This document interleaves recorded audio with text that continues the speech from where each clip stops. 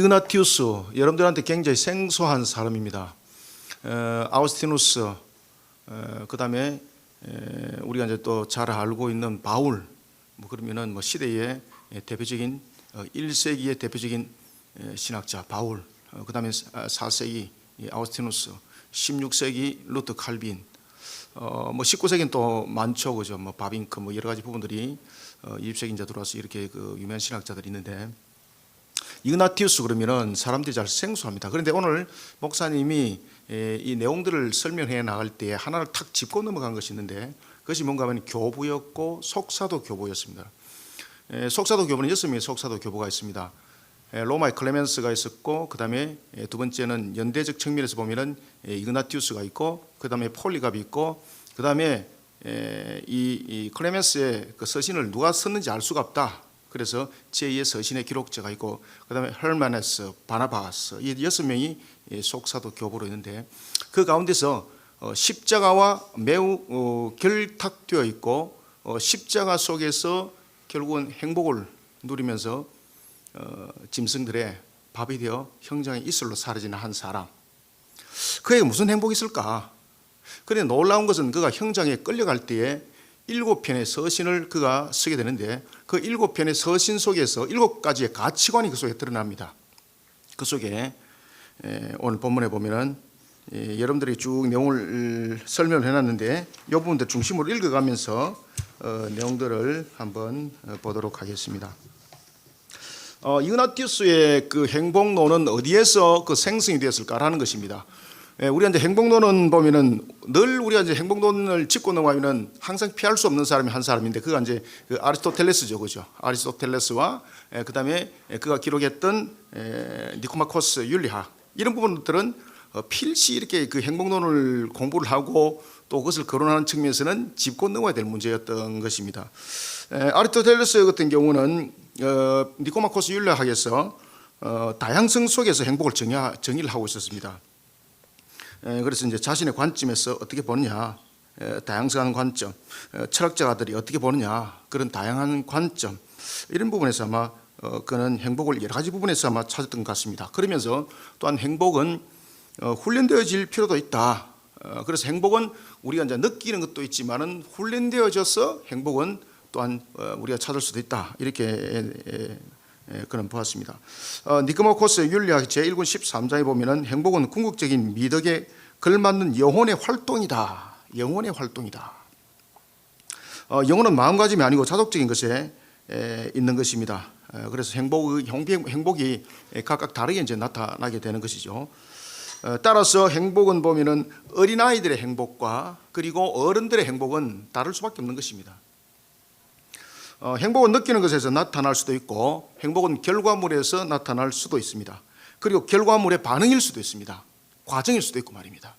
그래서 행복은 우리의 다양성적 측면에서 그 내용들이 설명되어진다, 이렇게 볼 수가 있습니다. 그런가 하면은 또한 행복은 그 사람이 가지고 있는 가치관 속에서 또한 느껴지기도 하는 것이 행복론이다라고 말하겠습니다. 자, 그러면 이런 측면에서 이그나티우스는 그러면 행복의 그의 포인트를 그는 어디에서 찾았을까? 누구든지 행복을 느끼는 것이거든요. 그러면 그는 가장 자신의 행복한 그 관점들을 어디에서 찾았을까라는 것입니다. 그는 바로 가치관에서 찾았습니다. 그래서 오늘 목사님이 앞에 쭉 설명을 할 때에 핵심 포인트를 다 이렇게 훑어주셨어요. 그 속에 오늘 포인트가 다 있습니다. 말씀하신 것 중에서 이제 가치관에 대해서도 이미 말씀을 하셨거든요. 그래서 여러분들이 행복이라는 부분들은 포인트를 어떻게 잡냐에 따라서 그 부분들은 다양성 속에서 찾아날 수 있고 또 나타난다는 것이죠. 그리고 굉장히 또 중요한 것은 1세기와 2세기의 교부들은 행복을 어떤 조건에서 찾았을까, 어떤 가치관에 찾았을까, 이것이 지금 현재 21세기, 22세기를 살아가고 장차 살아갈 우리들 속에 사실은 답을 주기도 합니다. 이그나티우스는 여러분들이 이제 잘 아시는 것처럼 잘 아시는 분은 아시고 잘 모르시는 분은 모르시는데, 이런 측면에서 그는 가치관을 가지고 그 속에서 행복을 그는 발견했고 그 속에서 우리에게 논해주고 있는 것을 볼 수 있습니다. 그런 측면에서 그의 가치관은 크게 두 가지적 측면에서 생성이 됩니다. 가치관도 생성이 되는 거지 않습니까? 가치관이 두 가지 측면에서 생성이 되는데, 그는 3명의 그 사도들로부터 교육을 받았던, 그리고 그들로부터 가르침을 받았던 속사도 교부였습니다. 가장 큰 영향력을 받았던 사도가 바울이었습니다. 그 다음에 두 번째로 가장 큰 영향력을 받았던 사람이 요한이었고요. 그리고 이제 세 번째 가장 큰 영향력을 받았던 사람이 베드로인데 그것이 서신에 거의 다 기록이 남겨지고 있습니다. 특히 그가 이제 고난에 관한 부분들, 이런 부분들을 논할 때는 사도 바울의 내용들이 아주 적나라하게 본문 텍스트를 통해서 들어오고 있고, 그 다음에 그리스도론에 관해서 특히 이제 구원론과 그리스도론에 관한 그런 부분들에 대해서 논할 때는 그가 요한복음을 굉장히 많이 들고 들어옵니다. 요한복음을 많이 들고 들어와서 직간접적으로 그 내용들을 증거를 합니다. 그러면서 그가 이제 양의 문, 뭐 이런 여러 가지 부분들도 그 속에서 직접적 단어를 적용해서 이제 들어오게 되는 것이죠. 이런 부분들의 내용 속에서 자신의 가치관이 이 사도로부터 이렇게 생성되었다는 것을 우리가 바라볼 수가 있습니다. 그 다음에 두 번째는 그의 가치관은, 두 번째는 여러분들 가져온 텍스트를 쭉 보시고요. 두 번째는 자신이 지향하는 가치관입니다. 그는 과연 무엇을 지향하고 있었을까라는 것입니다. 그의 지향점의 가장 중심점은 바로 그리스도의 십자가 길입니다. 그리스도 십자가 길입니다. 그는 그리스도 십자가 길에서 자신의 인격을 발견하고, 그리스도 십자가 길에서 자신의 가치를 발견하고, 그리스도 십자가 안에서 자신의 참된 모습을 발견합니다. 그러니까 그것이 얼마나 행복했겠습니까?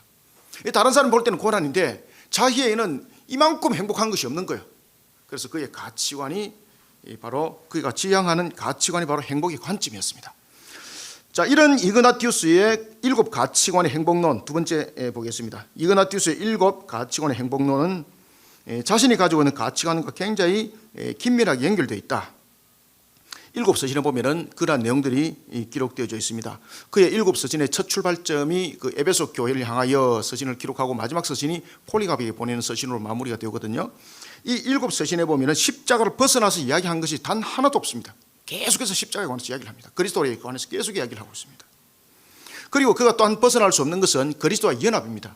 유니온, 연합에 관해서 그가 계속해서 이야기를 하고 있습니다. 이런 그의 행복론은 크게 세 가지의 관점에서 찾아집니다. 첫 번째는 십자가 신앙과 관련됩니다.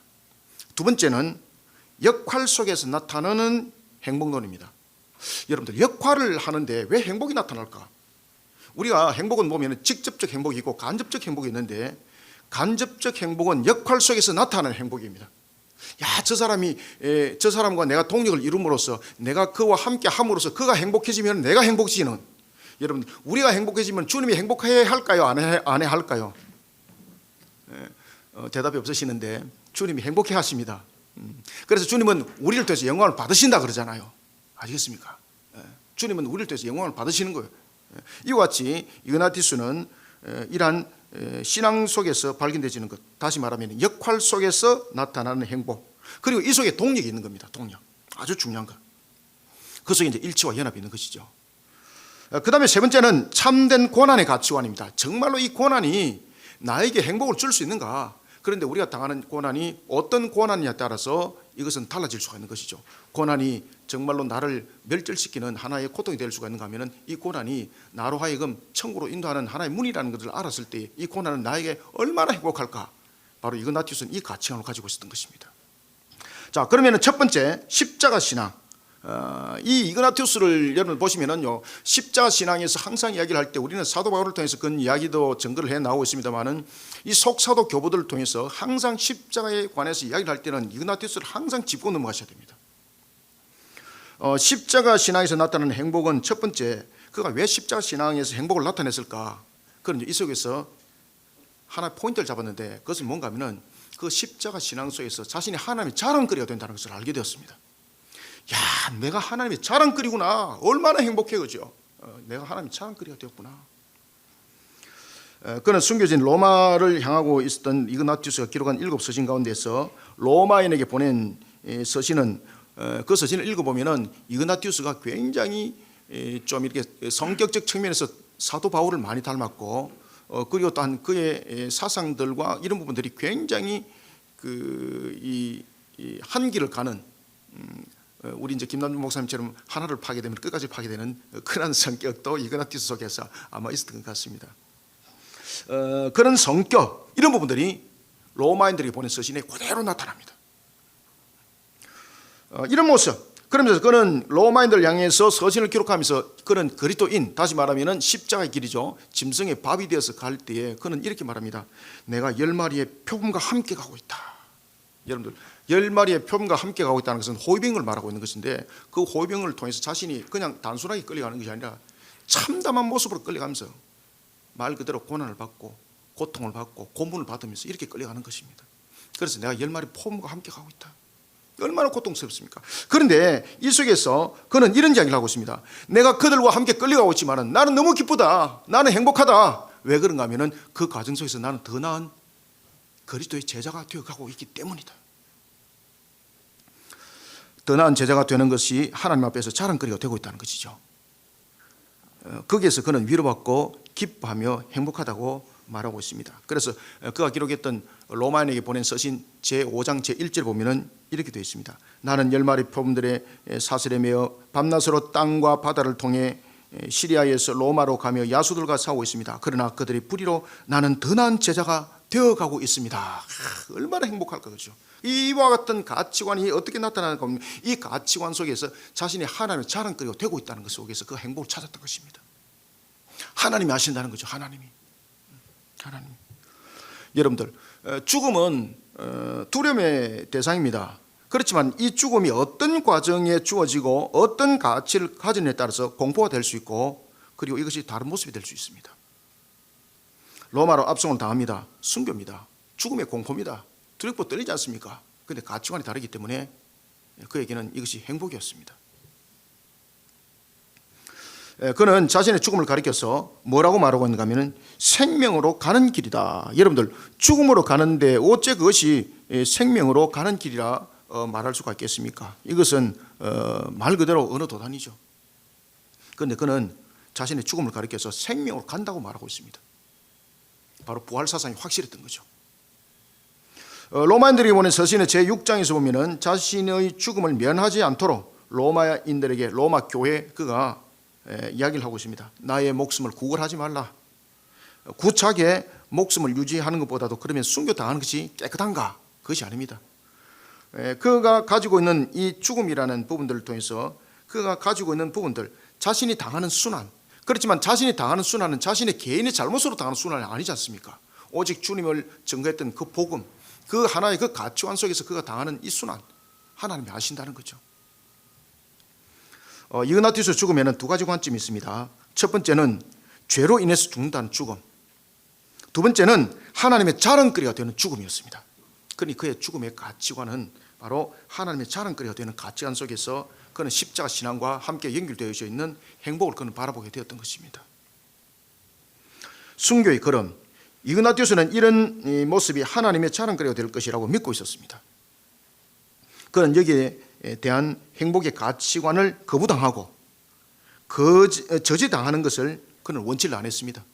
그래서 로마 교회로 하여금 자신의 죽음을 다른 사람에게 부탁해서 면하게 하는 것을 멈춰달라고 했던 것은 차라리 내가 목숨을 구차하게 구하기보다는 순교를 하겠다, 이 뜻이 아닙니다.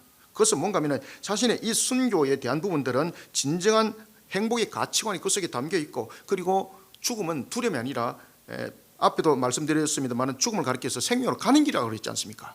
확실한 이런 부활신앙 속에 그 관점이 놓여 있었기 때문에 저지당하기보다는 오히려 자신의 행복을 찾아가는 부분에서 나를 자유한 자가 되게 해달라, 이런 이그나티우스의 가치관을 우리가 발견할 수가 있습니다. 그래서 그는 하나님의 순환을 따라가는 자신의 길을 하나님의 자랑거리가 된다고 말하고 있었습니다. 하나님으로부터 명성을 얻는 길이다, 이렇게 그가 봤던 것입니다. 그러니 그가 로마인에게 보냈던 6장 3절에서는 이렇게 말합니다. 나로 하여금 하나님의 순환을 따르게 해 주십시오. 만약 누구든지 그 안에 그리스도를 모시고 있으면 내가 사모하는 것을 감사하게 여기고 내가 겪고 있는 것이 무엇인지 깨달아 알므로써 나를 동정하게 하십시오. 제가 이제 이그나티우스를 처음에 연구를 했을 때 사실은 한 번 끝내고 말으려고 그랬었습니다. 이 7 서신 가지고 무엇을 연구를 하겠습니까? 세계적인 학자도 한 번 연구하고 끝냈는데 제가 무슨 이것을 가지고 7번 연구를 하겠습니까? 그런데 7번 연구했습니다. 그 서신을 거의 다 외우다시피 했는데 이 서신을 알면 알수록 하늘에서 그가 보이는 겁니다. 그의 인격이 보이는 겁니다. 처음에는 그의 서신을 통해서 그를 보았습니다. 그런데 두 번은 그의 사상을 보았습니다. 세 번째는 그의 환경들을 통해서 여러 가지 일어나는 것들을 보았습니다. 그 다음에는 그 안에 들어가기 시작했습니다. 그러니까요, 수많은 장면들이 펼쳐지기 시작하는 거예요. 와, 그 속에서 내가 느끼는 간접적인 행복. 야, 이 사람이 진짜 하나님을 알았구나. 이 사람이 스데반이 돌을 맞아 죽으면서 하늘을 바라보면서 하나님, 저들은 자신의 죄를 알지 못하니 저들을 용서하여 주옵소서라고 기도한 것을 그는 알았구나. 그래서 제가 우리 우 교수님이 그렇게 말합니다. 제가 천국에 가게 되면 저를 제일 먼저 저를 반길 사람이 바로 이그나티우스다. 주님보다도 먼저 나타난다. 왜 그러냐면 전 세계에서 7번이나 발표한 사람은 당신밖에 없다. 그것도 KCI 논문에 5번이나 등록되고, 제가 이그나티우스로 KCI 논문에 5편 등록됐거든요. 저도 그렇게 끈질기게 쓸 줄 몰랐었습니다. 그런데 그것이 보였습니다. 그리고 주제가 행복론이 딱 나타났을 때에 와, 이거 이그나티우스 진가가 여기서 나타난다. 여기서 나타난다. 그래서 너무 기뻤습니다. 자, 그러면은 십자가 신앙에서 나타나는 행복론의 두 번째, 그리스도와 연합의 가치관 속에서 그는 어떻게 행복론을 그는 발견했을까? 이그나티우스의 행복은 그가 가지고 있는 신앙의 가치관과 항상 연결된다는 것을 우리는 잊지 마셔야 됩니다. 자신의 참된 삶의 가치를 실현하게 하신 그리스도 안에서 그는 자신의 가치관을 발견하게 되는 것이죠. 따라서 그리스도 안이라는 것은 그리스도와 연합이라는 것이죠. 이런 부분들을 마그네시아에 보낸 서신에서도 인사말에서 그 이야기를 합니다. 이그나티우스는 마그네시아에 보낸 서신의 인사말에서 서신을 받을 마그네시아 교인들과 자신은 두 가지 공통점이 있다는 것을 밝힌다. 첫 번째는 그리스도 안에서 연합된 자다. 두 번째는 하나님의 특별한 사랑으로 축복받은 자리에 세워진 자다. 이러면서 행복이 참된 가치관을 찾습니다. 그러면서 그가 마그네시아에 보낸 텍스트에 이렇게 말하고 있습니다. 이것은 제가 이제 그 헬라어를 번역을 한 것인데, 하나님 아버지와 예수 그리스도 안에서 하나님에 의해 영감받은 이그나티우스가 미안데르의 마그네시아에 있는 교회의 행복을 빕니다. 행복이라는 단어를 직접 쓰기 시작합니다. 이그나티우스가 행복을 빕니다. 우리 구주이신 그리스도 예수 안에서 나는 그분과 연합함으로. 그래서 여기서 이제 강조점들이 뭔가 하면은 안에서입니다. 안에서. 그리고 연합입니다. 그분과 연합함으로 하나님 아버지의 총애로 축복을 받는 교회에 무난합니다. 여러분들, 행복은 느끼는 것만으로 되는 것이 아닙니다. 효과적 나타남이 있어야 되는 거예요. 바로 참 행복인 것입니다. 참된 행복은 잠시 즐기다가 사라지는 안개 같지 않습니다. 실효적이고 지속적이 됩니다. 그리스도와 연합이 주는 가치관 속에서 이런 행복이 발견되어지는 겁니다. 로마에게 보낸 서신에서 그는 자신이 신앙 가운데 당하는 고난을 통해 오히려 자유를 얻을 것이라고 강조하고 있습니다. 여기서 강조되는 것이 뭔가 하면 그리스도와 연합입니다. 우리가 일반적 사고로 볼 때에 고난, 그러면은 고난이 해방과 자유로 이어지지 않습니다. 가능치도 않습니다. 그러나 그리스도와 연합은 이것을 가능하게 합니다. 아니, 가능한 것이 아니라 넘어서서 이루게 합니다. 이그나티우스는 이와 같이 그리스도와 연합은 하나님의 은혜라는 결실을 맺게 된다는 것을 그는 알게 됐던 겁니다. 이런 참된 가치관 속에 이그나티우스는 세상이 줄 수 없는 행복을 누리고 있었습니다.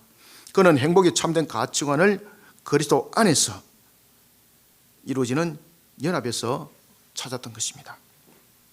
그래서 그는 로마인들에게 보내는 서신 제1장 제2절에서 이렇게 말합니다. 내가 방해받지 않고 최후를 맞이하게 되는 행운을 갖게 되기를 빕니다. 자, 이런 이그나티우스의 행복론은 십자가 신앙 안에서 나타나는 행복론의 세 번째는요, 신앙의 확신입니다. 십자가 신앙과 신앙의 확신과 함께 연결되는 것이죠. 신앙의 확신에 따른 가치관에서 나타나는 행복론입니다. 행복은 기쁨과 연결됩니다. 행복은 기쁨을 수반합니다. 여러분, 행복한데 기쁘지 않을 수가 있습니까? 제가 오늘 올라오면서 처음에는 행복하지 않았습니다. 왜 그런가 하면 올라오다가 고속도로에서 다른 곁길로 가가지고 우리 배 교수님하고 돌아왔습니다. 그런데 도착한 순간 굉장히 행복했습니다. 푸짐한 식사에다가, 그리고 또 정말로 제가 평생 보지 못하는 도서관의 책들을 보는 순간, 참 정말로 오늘 제가 잘 왔다. 그럼 제가 교수님한테 그런 이야기를 했습니다. 저 700만 원 책을 한번 좀 패보면 안 되겠냐고. 그러니까 교수님이 부사신다고. 다 물려줘야 된다고. 껍질만 봐도 얼마나 행복한지. 그래서 제가 이런 말을 했습니다. 유학 갈 필요 없이 여기 오면 다 된다. 그러니까 이 행복이라는 것은 기쁨을 함께 수반하고 있습니다. 기쁨이 없는 행복은 없는 것이죠. 부활도 마찬가지입니다. 우리에게 부활은 참된 기쁨을 주기 때문에 부활은 우리에게 행복입니다. 이와 같이 기쁨은 확신이 있는 겁니다. 행복은 확신이 있는 겁니다. 이그나티우스의 십자가 신앙은 이와 같이 확신을 가지고 있는 겁니다. 신앙의 확신입니다. 이그나티우스는 여기에 대해 기뻐하는 모습을 감추지 않습니다. 그는 이렇게 말합니다. 필라델피아인들에게 보낸 서신에서 이렇게 말합니다. 나의 형제들이여, 내가 풍부한 사랑 안에서 여러분들을 위하여 경계하게 되어 매우 기쁩니다. 행복하다는 거죠. 여러분들을 경계하는 분은 내가 아니라 예수 그리스도입니다. 신앙의 확신을 주는 거죠. 그러면서 얼마나 행복한지. 신앙의 확신에 따른 가치관은 자신뿐만 아니라 여기에 대해 함께 신앙의 확신을 가진 사람끼리 모두 다 기쁨을 주게 되는 행복의 조건이 됩니다. 이것이 이그나티우스의 서신 속에서 발견되어지는 겁니다. 자, 그러면은 이제 이그나티우스의 행복론의 두 번째는 역할론이 있습니다. 역할 속에 나타나는 행복론입니다. 그 첫 번째는 함께 동력하는 가치관입니다. 동력하는데 무슨 행복이 있을까? 이그나티우스는 예수 그리스도 신앙 안에서 함께 동력하면서 자신의 행복을 재발견합니다. 그가 스무나 교회 감독이었던 폴리갑에게도 서신을 보낼 때에 그 서신은 모두 다 회람 방식이었는데 그 회람 방식의 서신에서 그는 일치와 연합을 강조하면서 동력을 매우 중요하게 말을 하고 있습니다. 이그나티우스는 로마로 압송당하고 있었지만 주변에서 자신과 함께 동력하는 자들이 있었습니다. 특히 압송 도중에 그가 스무나에서 4편의 서신을 쓰게 되고 두로아에서 3편의 서신을 쓸 때에 열매의 폼 같은 그런 흉악한 자들로부터 포송되어서 끌려가고 있었거든요. 그런데 그때에 자신과 함께 동행하는 동력자들이 있었습니다. 함께는 갈 수 없었지만 떨어져서 그를 옆에서 항상 기도하면서 위로해 줬습니다. 그러니까 이그나티우스가 얼마나 힘이 생긴지 모르는 겁니다.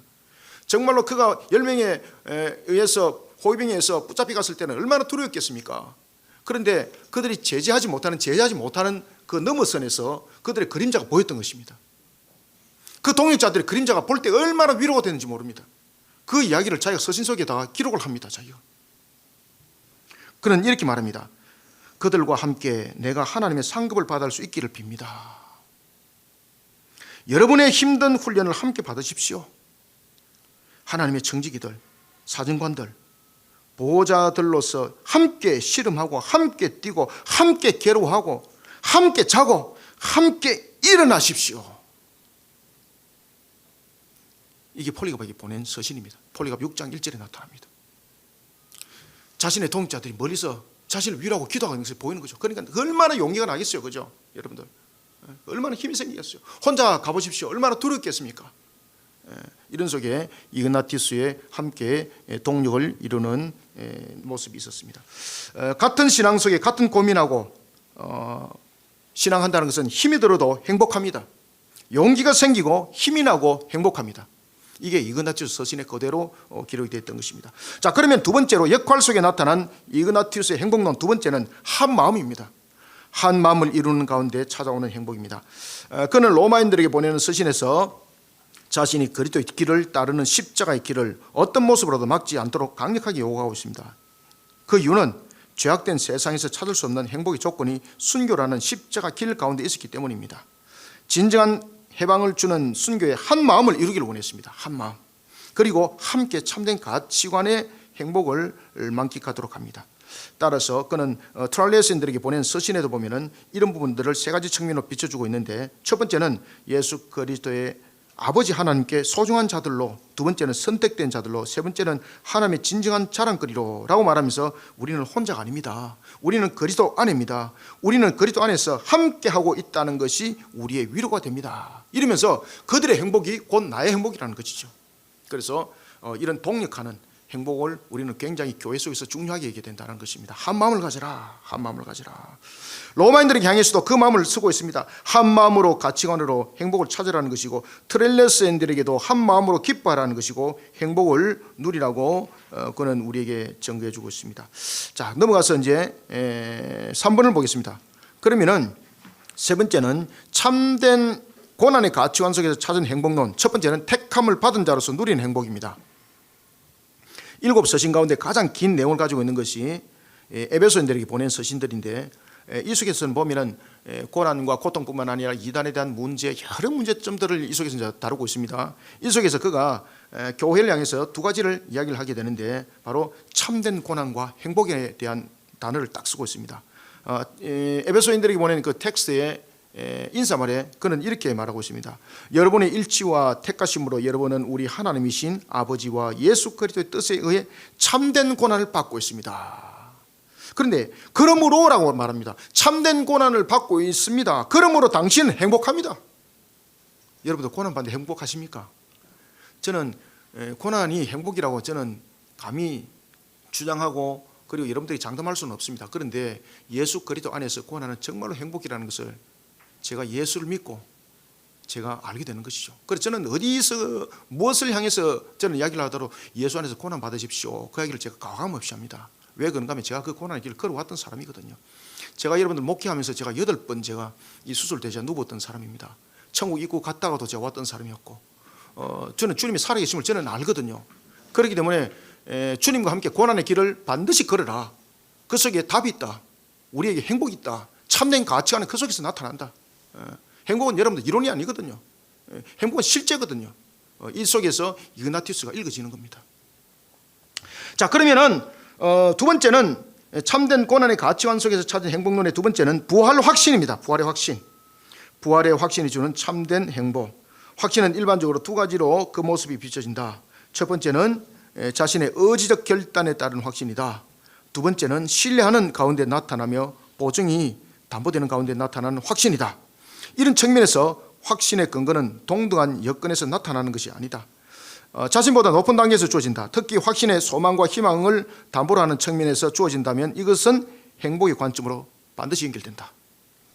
이그나티우스는 부활을 소망하며 그리스도의 참된 가치관으로 살아갈 것을 희망하고 있습니다. 자, 이런 속에 이그나티우스는 그리스도의 부활은 상상이 아니다. 이것은 영적인 모습이 아니다. 그래서 이그나티우스는 스무나인에게 보낸 서신서의 3장 1절에 보면은 그는 이렇게 말합니다. 만약에 그리스도의 부활이 상상이었고 이것이 확신이 아니고 영적인 문제로만 끝났다면은 나는 바보다. 나는 거짓에 속아서 지금 이 길을 가고 있는 것이다. 이런 그는 확신 속에, 부활 신앙의 확신 속에 참된 행복이 있음을 그는 이야기를 하게 되는 것입니다. 다른 것들은 여러분들이 좀 내용이 길기 때문에 좀 여러분 참고하시고요. 텍스트를 여러분들이 읽어주시고 마지막으로 결론을 잠깐 보고 마무리하겠습니다. 자, 그러면은 이그나티우스 7 가치관에 나타나는 행복론이 끼치는 영향, 개인과 공동체. 개인은 참된 신앙의 가치관 속에 나타나는 이그나티우스 행복론은 물질과 환경이 주는 행복을 앞서고 넘어서게 합니다. 참된 신앙의 가치관은 참된 행복 속의 장래를 더욱 확신하며 나가게 합니다. 그런가 하면은 공동체는 그리스도를 향한 소망과 희망을 가슴에 품고 달려가는 그 사역을 멈추지 않게 합니다. 왜냐하면 그 길이 우리에게 진정으로 행복을 가져다 주는 길이기 때문입니다. 마무리를 하겠습니다. 참된 가치관에서 나타나는 행복은, 아리스토텔레스는 행복은 영혼의 활동에서 바라봤습니다. 반면에 이그나티우스는 신앙의 가치관을 통해 행복의 가치를 찾았습니다. 인성을 취하셨던 예수님께서 지상에서 육신의 모습으로 제자들을 만났을 때, 부활의 몸으로 제자들을 만났을 때에 40일 동안에 땅에 머물렀던 것이 얼마나 행복했겠습니까? 아마 제가 볼 때는 그때가 예수님이 제일 행복했을 것 같습니다. 이그나티우스는 자신의 가치관을 십자가에서 다 이뤘다라고 말씀하신 그리스도와 함께하는 신앙 안에서 찾았습니다. 순교라는 십자가의 길이 참된 그리스도인이 되는 길이었다면 그리스도와 연합해서 나타나는 기쁨은 참된 행복이었습니다. 이그나티우스 행복론은 돌아보면서 깨달아지는 것은 행복은 만족과 충족 가운데서 생성되는 것보다 신앙의 참된 가치관에서 발견하는 자세가 매우 중요하다고 생각합니다. 그래서 행복은 우리의 이념과 사상이 아니고 행복은 지식이 아니고 행복은 신앙에서 찾아지는 가치관입니다. 감사합니다.